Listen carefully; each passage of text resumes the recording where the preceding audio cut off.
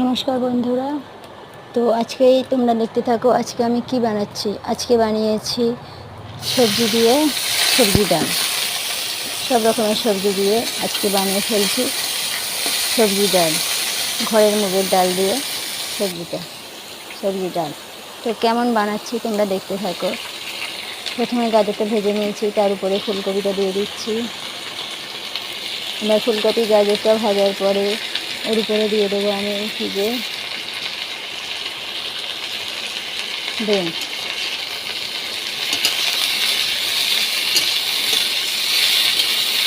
বিনসটা দিয়ে দিলাম। বিনসটা ভালো করে ভেজে নেব।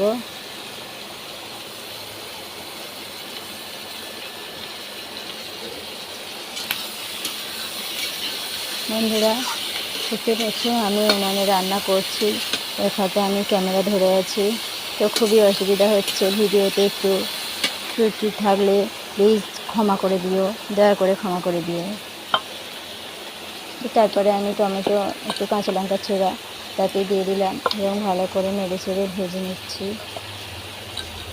আর আমি ওইদিকে কী করেছি, ডালটা একটু প্রেসারে করে সিদ্ধ করে নিয়েছি। ডালটা প্রেসারে সিটি দিয়ে সিদ্ধ করে নেওয়ার পরে আমি ভালো করে ভেজে নিচ্ছি এবং তাতে একটা টমেটোও দিয়ে দিয়েছিলাম ভালো করে ম্যাশ করার জন্য। এবং ভালো করে ডালটাকে ম্যাশ করে নিয়েছি, নিয়ে গরম জল দিয়ে তাকে ভালো করে একটু রেখে দিয়েছি। এবার দেওয়ার পরে সবজিগুলো আমার পুরোপুরি ভাজা হয়ে এসছে এবং ডালটা আমার এখানে রেডি হয়ে আছে। ডালটা এবারে আমি এর মধ্যে পুরোপুরিটা ঢেলে দেবো, দেখতেই পাচ্ছ। এবার আমি এই ডালটাকে ওই সবজির উপরে ঢেলে দিলাম।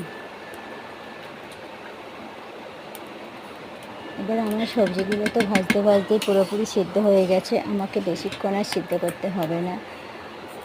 তো বন্ধুরা দেখতেই পাচ্ছ কেমন করে সবজি ডাল বানিয়ে ফেললাম চটজলদি। বেশি কিছু উপকরণ নয়, অল্প সামান্য উপকরণ দিয়েই আমি আজকে সবজি ডালটা বানিয়ে ফেললাম।